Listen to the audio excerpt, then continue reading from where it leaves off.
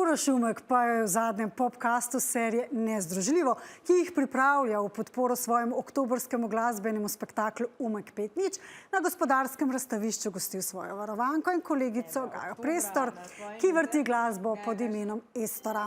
Gaja se nastopa veseli in je ogromna čast, da bo lahko nastopila v družbi ostalih gostov in pred tako številčno publiko. Kot mentor Umek svoje varovanki pusti prosto ustvarjalno pot, jo pa na njeni sveži DJ-evski poti spremlja z budnim očesom. Mislim, ona vedno lahko počne karkoli hoče, tako da naj počne tisto, kar je srce zaželi v glasbo, se nikakor nočem vtikati, tako da je pač to čisto njena izbira artistična. Mislim, jaz sem že bil večkrat na njenih špilih, tako da pač od prvega špila naprej že kar je naparka, tako da jaz, če le možno, se udeležim teh špilov. In nič opazujem, kaj počne, skozi gledam pod prste, kako se bo znajdla, pol pridejo različni problemi, gledam predvsem, kako se bo s tem soočala, kako se bo to znajdla in moram reči, da se dobro znajde. Ja, meni bo mogoče malo večji pritisk zaradi tega, ker je to res od Uroša eventa, ne? Tako da tukaj se moram še bolj izkazati.